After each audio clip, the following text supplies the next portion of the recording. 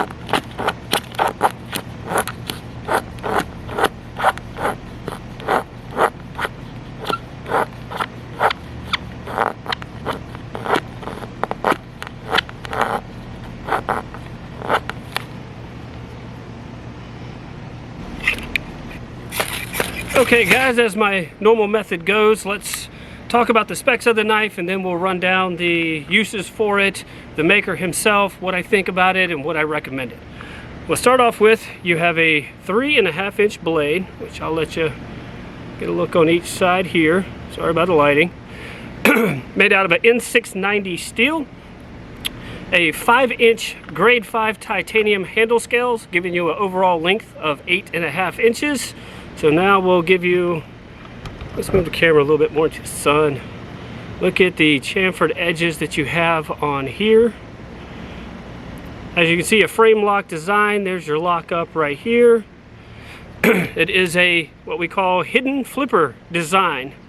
So as you can see, it just barely sticks out of the tang right there, but still gives you plenty of ease of purchase to get on it to actuate that thing. There is jimping on it right there, weighing in at about 5.56 ounces on my scale.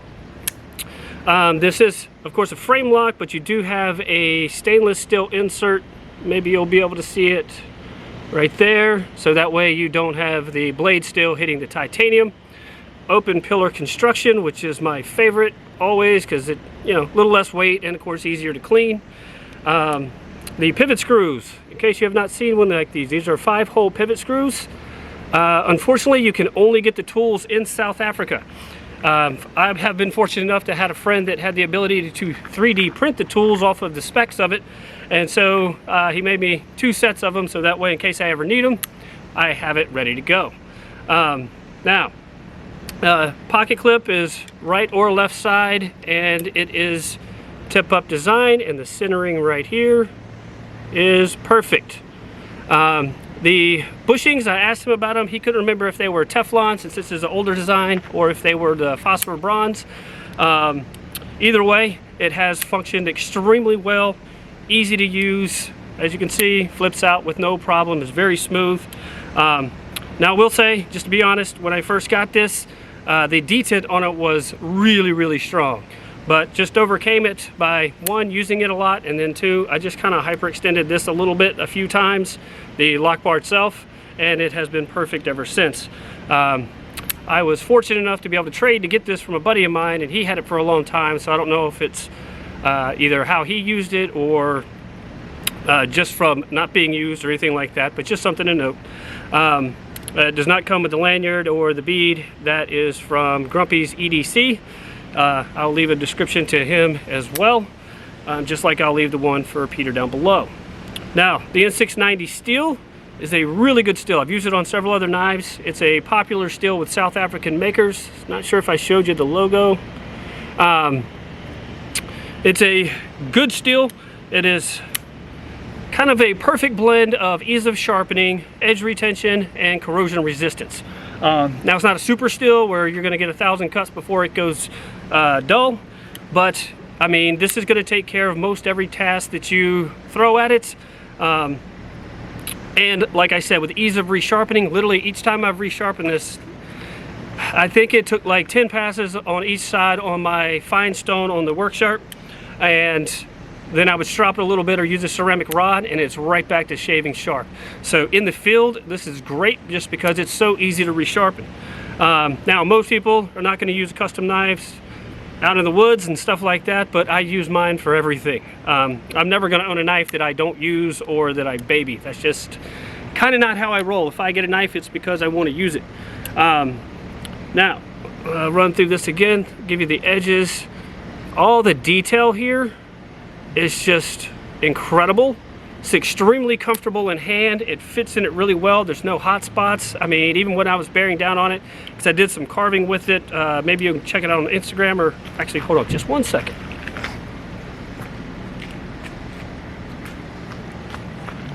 I'd had this fire still for a really long time, and I've always wanted a handle for it, so I actually carved this with this knife and a bow saw, or a folding saw. Like, I literally just cut that groove out right there, and then the rest I used with this knife right here. All your other EDC uses, I've put it through cutting up cardboard packages, cordages of all different types. Hopefully you've just noticed in the intro of the video. But I mean, this has just been a fantastic knife. I've used it for several months now, and I can't tell you how happy I am with it. So you got 3 opening methods with it as well. Obviously the flipper. Then you have the thumb hole right here, so you can just use it to fold it out like that. That's a little slower, but it's still doable. And then of course you get the flick. Oops.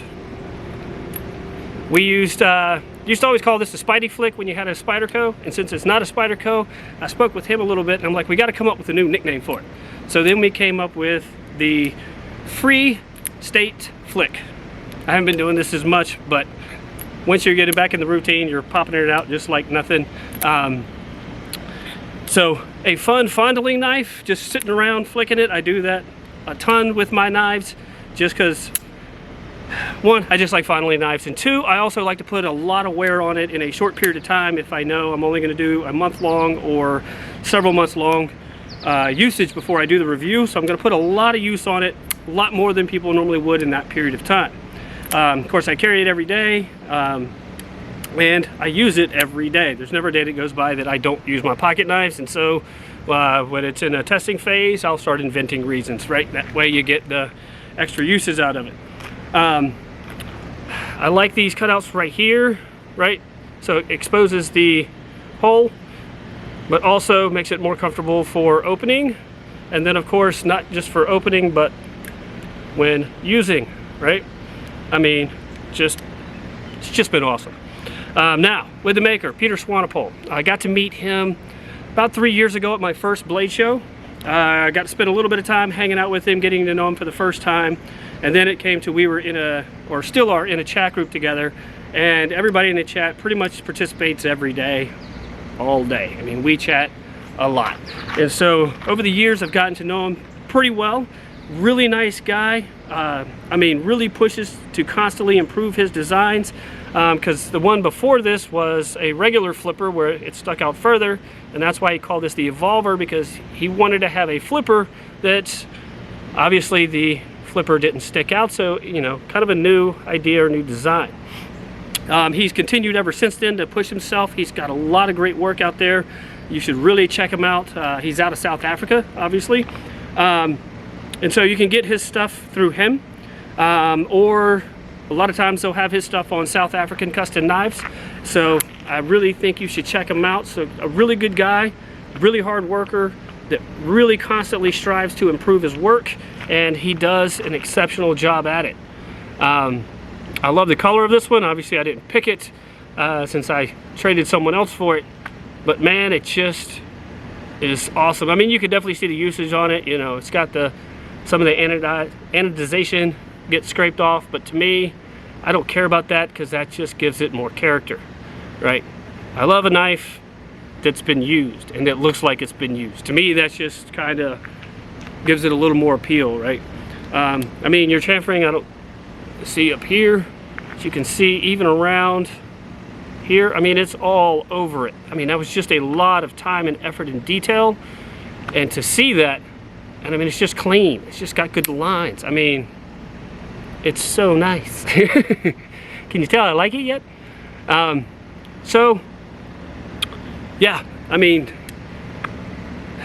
so would I recommend it? Obviously, I have to. After everything I just said about it, there's no reason I wouldn't. I have no complaints about it. It's done everything I needed to. It can do everything you needed to. You will decide for yourself whether you're going to use yours in the outdoors or just as EDC or a safe queen. I'm not a safe queen kind of guy, but if that's what you wanted to do, great. But I know makers love to see their stuff get used. So if you have knives out there that are high-end, use them.